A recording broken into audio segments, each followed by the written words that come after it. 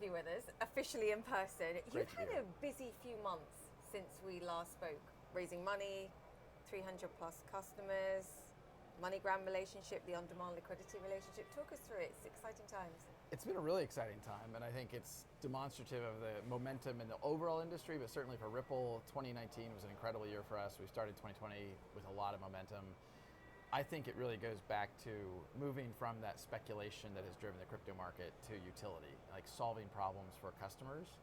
And Ripple's been focused on that for a long time, and as that momentum builds, you're seeing more and more customers come on, more and more liquidity, and that's good for everybody in the ecosystem. Why is 2020 that year, to your point, that pivotal moment where we look at the utility value here, perhaps, and differentiate from the speculative? I think one of the reasons why 2020 will be very important is that regulatorily, that's a word, the clarity is getting better. And I mean that globally. Countries like Singapore and Thailand and Switzerland and Japan.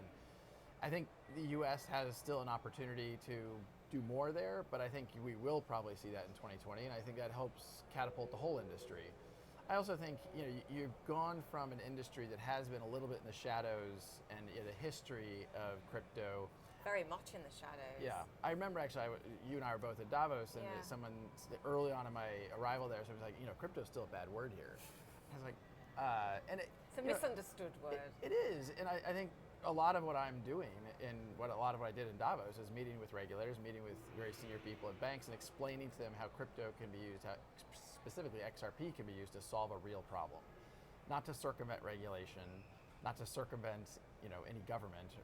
And I think once people understand that, they very quickly become disarmed. It's no longer a bad word. Do they understand when you're talking, and you've sort of shifted the focus to on-demand liquidity and these cross-border transactions and facilitating faster, more efficient payments? Can they get a grip with that, perhaps more than the rest of it? Because I think for me that's something that, particularly from my view, is they get and understand. Yeah, that is absolutely the case, and even in Davos, to be able to start to talk about that and put numbers on it. Today, last week, we did $54 million of XRP flows into Mexico. That's 7.5% of all flow from US dollar to Mexican peso. You were 7% of the market. Last week. And that's up from maybe 3% in December. So this is growing very quickly. And look, these are huge industries that can be made massively more efficient by using these new technologies. But I think it goes back to what we said earlier, like you have to focus on a real problem, a real customer, drive that utility. Well, with 7.5% of liquidity into Mexico being driven through XRP, you start to really see, okay, this is not a science experiment. There's still a lot of people, I think, in the blockchain industry who aren't familiar with the fact of how much momentum we have here. You had Alex Holmes, the CEO of MoneyGram, on. Yeah, I think that's an example where it's one of our customers using XRP, and it's working. I mean, he said, look, I was pushing him to see what proportion of the market you could become of the daily volume, and he was like, look, you need a buyer, you need a seller here, so we're only limited in a sense by the number of people that are simply using the platform and available here. How quickly do you think, given that you're saying you've gone from 3% to 7% in just a couple of months, how quickly can you scale up? Because it's a tipping point of bringing more people onto the platform as well as anything else. Well, the great thing is, and this is true in the markets and here at the NYSE, liquidity begets liquidity. Yes.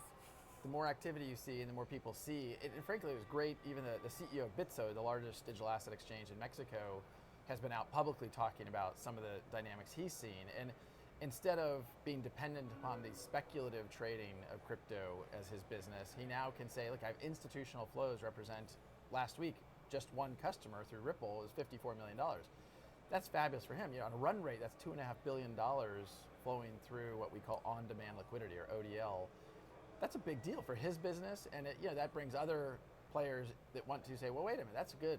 I want to be a part of that. How do you prioritize building that liquidity and your presence there versus saying, okay, now we're going to look for another corridor, another currency pair here, another country? How do you prioritize that, and what brings more customers potentially on board quicker? Well, so I'll dodge the question a little bit by saying it's the and versus the or, meaning we definitely are prioritizing new corridors. We've talked publicly about the fact we're in Mexican peso, Philippine peso, and Australian dollar. We've started to talk about some of what we're seeing in Brazil, and we'll increasingly talk about other new corridors. I mean, the good news is we have a lot of demand, and so we'll certainly expand in other corridors. But that isn't to say we do care about liquidity, using the Mexican peso as an example, and we are seeing liquidity naturally grow there because liquidity begets liquidity, and market makers, whether they're existing traditional market makers or crypto market makers, they see the liquidity and they realize, hey, there's an opportunity there, and so it's growing very well. We're after Brazil.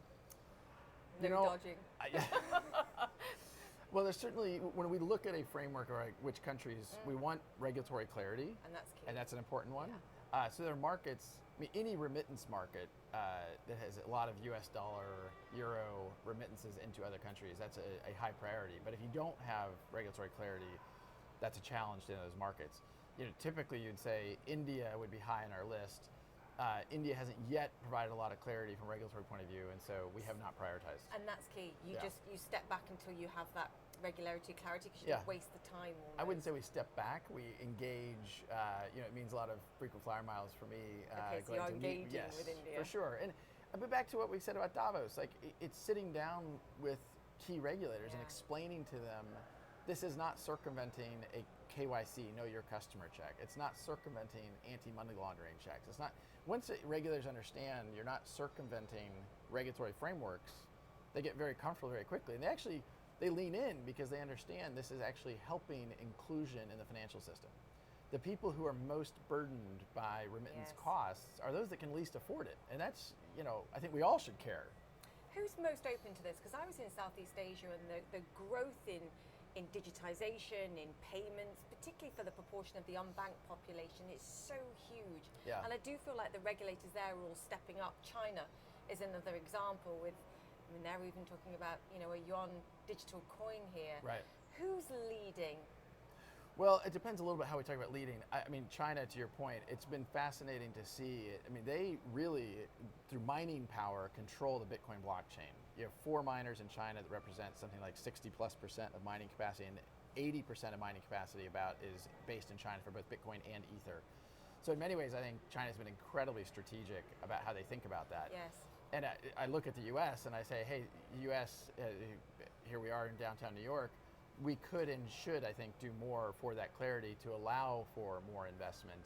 But you see, I think, a lot of countries around the world seeing that this is a technical wave, this is a major step, and they want to invest in it. They want to see companies continue to invest, and I think that's good for the economy. Do you think we see, at some point in the near future, a Chinese digital coin, a Fed coin? Because the conversations are being had. Everyone's looking at this and trying to understand what it would mean for them to not be in the game here. And I know we can have the conversation about decentralized versus centralized, and what it would mean even to have a central bank digital coin. The word central bank. I know, we're struggling here. However. When I step back and I think about it macro, I think it's really healthy and constructive for the entire crypto blockchain community to see central banks and central governments lean into what can these new technologies do to make our economy more efficient, our payment infrastructure more efficient, any transaction more efficient. So at large, I think it's really positive. Mnuchin was asked about this in Davos, and he made a point which I think has some validity, which is the Fed window in the United States. If a bank goes to the Fed window, they're not getting a crate of dollars, paper dollars. They're getting a digitized, centralized ledger entry. And so it's kind of like, well, what's the difference between if the central bank issues a centralized token versus what they do today? Like, how different is that? Now, there's some governments around the world that might, you could argue, say, well, a central bank could go direct to consumers and you could have an account with the central bank. I don't think in most of the Europe, US, you're going to circumvent the commercial banks. That doesn't make a lot of sense. But what about you, for Ripple, building a platform that could perhaps substitute XRP for a Fed coin one day, or when we think about the XRP ledger as an open source technology, we think about how do we make it really useful for the customers we work with. We also think about how do we make it extensible, and how do we participate in that open source community in a way that makes it extensible to other types of customers. But could central banks? Sure, they could use aspects of that. Could it be more efficient, what they create one day? Yeah, and that ultimately is the underpinning I think we all focus on. How can we make this more efficient for customers? And right now, the customers we focus on are commercial banks, payment providers. We certainly are thinking about other types of customers we could serve. I have made the point I don't know if I've ever said it on air, but I've made the point that in the earliest days of Amazon, it's called Amazon Books. It was a bookseller. It competed with Barnes & Noble, competed with Borders, and when I think about Ripple today is viewed as a cross-border payments company. We view ourselves as a blockchain infrastructure company. The first vertical we've done is cross-border payments. We want to make sure we're winning in cross-border payments before we do another vertical, but we will certainly do other verticals leveraging these technologies. So you're open potentially in the future at some point to using the Fed coin or the one coin. I'm pushing because the head of blockchain technology at JP Morgan told me if the Fed came up with a coin, they dumped JP Morgan coin. So I'm asking you whether you're open to the possibility of. Sure. I mean, I think I'm very open. Even if the Fed in the United States is using a coin, you still have a cross-border settlement dynamic where if you have central banks around the world using their own digital asset, I don't think it changes the need for a cross-border neutral Something settlement. in the middle, like an XRP. And XRP has been extremely efficient. I mean, look, we obviously have a vested interest in that, and we're not bashful about that, but XRP is extremely efficient from a technical point of view in terms of speed, in terms of scalability, in terms of cost, where I'm a Bitcoin holder, but it's not going to solve a payments problem when the transaction time and transaction cost is almost 1,000x what it is for XRP. What's going on with the price of XRP, and why did Mike Novogratz weigh in on this and suggest it was going to be another bad year in 2020? I think the short answer is I think Mike doesn't fully follow Ripple very closely. There's a lot of things he wasn't aware of some of the stuff we're doing in MoneyGram. I think he if he watches this, he'll be surprised to hear that we had $54 million of ODL flows last week. Look, there's a lot of experimentation. There's a lot of misinformation in this market, and I think it's important to make sure that the industry is educated. And it's the reason why I try to get out and make sure that we're sharing what really is going on with real customers solving real problems. You said you're an investor in Bitcoin. You own Bitcoin. I am. I do own Bitcoin, yes. Yeah. So XRP, is that a good investment? I am going to dodge that question also. I've seen you dodge that many times. Look, What's the investment case? I guess that's a better question. Well, I'm going to macro all digital assets. I have said very publicly, I think the value of any digital asset in the long term will be derived from the utility it delivers. Bitcoin utility increasingly I think is just viewed as it's digital gold. The gold market is a multi-trillion-dollar market, and Bitcoin today is I think around $150 billion, $160 billion. Yes. Do I think there's an opportunity for Bitcoin to appreciate as more people see it as a useful store of value? Yeah, I think so. Do I think there's going to be other digital assets that increasingly have utility for customers and therefore drive velocity, usage, people holding it, it drives demand? Yes, I think that's likely. Will the utility value of XRP always outweigh the store of value reason for holding it in your mind? No, I mean, I think store of value is a dynamic in part. People want to hold assets that are highly liquid. You called it digital gold though, Bitcoin digital gold. Yeah, does XRP have that potential? I think as XRP has utility through what Ripple is doing and with other people using XRP, and there's a bunch of other companies doing very cool stuff. I mean, a very innovative company called Coil doing interesting micropayments, particularly focused on media, very fascinating. Yes. And so when I look at XRP, I look at the whole. I look at what Ripple's doing, I look at what Coil's doing, I look at what Forte's doing as a gaming company using XRP. I look at the holistic. If there's a lot of utility and people see value in that utility, then I don't worry about it. I often have said, look, I don't think about the price of XRP on 3 days, 3 weeks, or 3 months.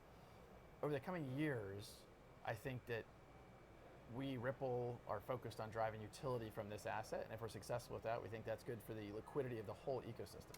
You're a giant, you're seen as a giant in this industry to the point where, your boots at Davos get cult status, quite frankly. Is a strong It was point. cold in Davos. I was wearing boots. I agree. I wear furry ones.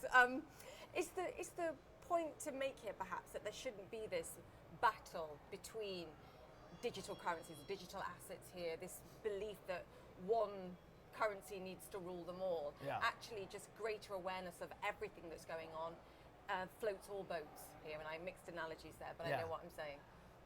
I so passionately agree with this point.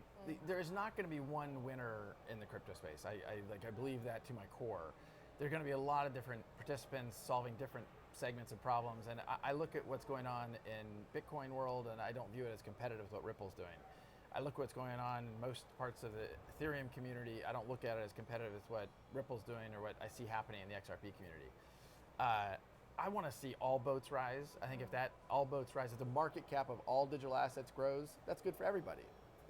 And I think ultimately we all need to focus less on what, throwing stones, and more on let's solve customer problems. Let's see scale through solving problems, and then I think it'll take care of itself. Talk to me about the raising of money and the $10 billion valuation. How do you feel about that? I think anytime you have new investors come in, you are intimidated by the expectations that are set. By the same token, Ripple today at today's XRP price owns something like 15 plus billions, I think somewhere north of $15 billion of the crypto. So in some ways, those investors came in at a discount. Look, we are in a very fortunate position to have a very strong balance sheet. We're in a very fortunate position to have a lot of customer momentum. And I think it's because we've focused on solving a real problem for real customers. So why IPO? Why go public, to your point? If you have this money, you're raising money. What's the purpose of going public? Well, I don't think we've said we're going to go public. I think what we've said, what I said was, I think 2020 will likely have crypto kind of blockchain IPOs. And I think what I said was, I don't think Ripple will be the first, but we certainly don't want to be the last. So I kind of kept it open-ended. I think people heard something a little bit different than that. But look, the balance sheet flexibility we have had has given us the ability to invest over $500 million across the blockchain ecosystem. That includes within XRP world, but also beyond that, because again, back to I think all boats can rise. So I think having balance sheet flexibility gives us strength to do new things. The MoneyGram deal is a deal I know you're very familiar with, where we invested about $50 million into MoneyGram. And so we want to continue to have the flexibility to grow the business. We have added more than 150 employees last year. And a time when I think others who've been less focused on solving real problems, there's been a bunch of layoffs in the crypto community over the past even few weeks. And we're going to continue to grow. We want to make sure we have the balance sheet flexibility to do that. So it would be about more money and about potential acquisitions and doing. Yeah, I think about it as flexibility more than just more money. And maybe I'm parsing words a little bit, but today we have a $10 billion valuation as a private company with a private security. We have shareholders of Ripple. If you're a public company, you have a little more flexibility in the type of deals you might look at. You mentioned something there which I think is important. I just want to go through it, the court case over whether or not XRP is a security or not. Any clarity coming in the near distant future? It was one of the questions that I know the community would like to know. Yeah, this is an area where I think we'll continue to engage. I think from my point of view, the good news is we've had very constructive conversations with regulators here in the United States. We'll continue to do that, and I think it's clear to me that there's an opportunity to provide more clarity, and we're working to achieve that. I was looking at the market cap of MoneyGram, and I know you've got stronger views on this. Just to your point about money, about acquisitions, about expansion, would it ever be worth perhaps acquiring a MoneyGram, or do you risk perhaps upsetting other partners and competitors of theirs actually that trade with you or do business with you? We definitely don't. We don't want to be in the business of competing with our customers. No. We want to partner with our customers, and I think we obviously are a shareholder in MoneyGram, but we're also a shareholder in a number of other companies in the space, and it's because we want them to be healthy and strong. I mean, Bitso, which is really the leading South American, Latin American exchange, we're an investor there. And we want to see them grow and thrive because they are really good at what they do. And as they grow, we can help them grow. That's good for us, it's good for them. Fast forward 5 years, where are you? Well, I think the overall crypto community will continue to grow at really impressive rates. In 5 years from now, I don't know exactly how to think about that, but I think within crypto world, I think Ripple will continue to grow and take market share. But that will probably be, we're focused on cross-border payments today. I think we'll look at other use cases, as I kind of alluded earlier. And I hope that in 5 years, we're not just Amazon Books, but we are Amazon. And fast forward 1 year. Ooh. Kind of tougher. Probably another cold, rainy day in New York somewhere. Are you public? I don't want to put a timeline on that, only because, look, it partly depends on lots of macro dynamics. I mean, on a more somber note, you watch what's happening with coronavirus and these things, and it's hard to put exact timelines. I think we want to have the flexibility to be a public company when it's right for Ripple to be a public Yeah, I company. can see you're enthused. You get a sense when you talk to, creators of businesses that is something that's sort of part of the plan. And I think it's part of the journey. I mean, Yeah. there's kind of a meme in Silicon Valley, almost an anti-public thing where companies have waited, and I'm of the mind that look, it can be a very constructive step. Although I've also said inside the company, people talk about the IPO as an exit. I'm like, no. An IPO is a beginning. Yeah. It's not an exit. It's a step in the journey. A financing event is a step in the journey. I always am a little bit quizzical when I see some of these companies go public and they're have these huge celebrations. It's like, look, that's when Now the hard expectations just work went up. begins. I mean, you asked me about a $10 billion valuation. I know. Like, as a public company, it's even more like on the center stage, and that's when the hard work. I mean, yes, we're working hard now, but it only ups the ante. Forgive me this. XRP, higher or lower in 1 year time? Had to ask. Depends on so many things. I knew you'd dodge that. Great to chat to you. It's really nice talking to you. Thank you. Likewise. Thank you.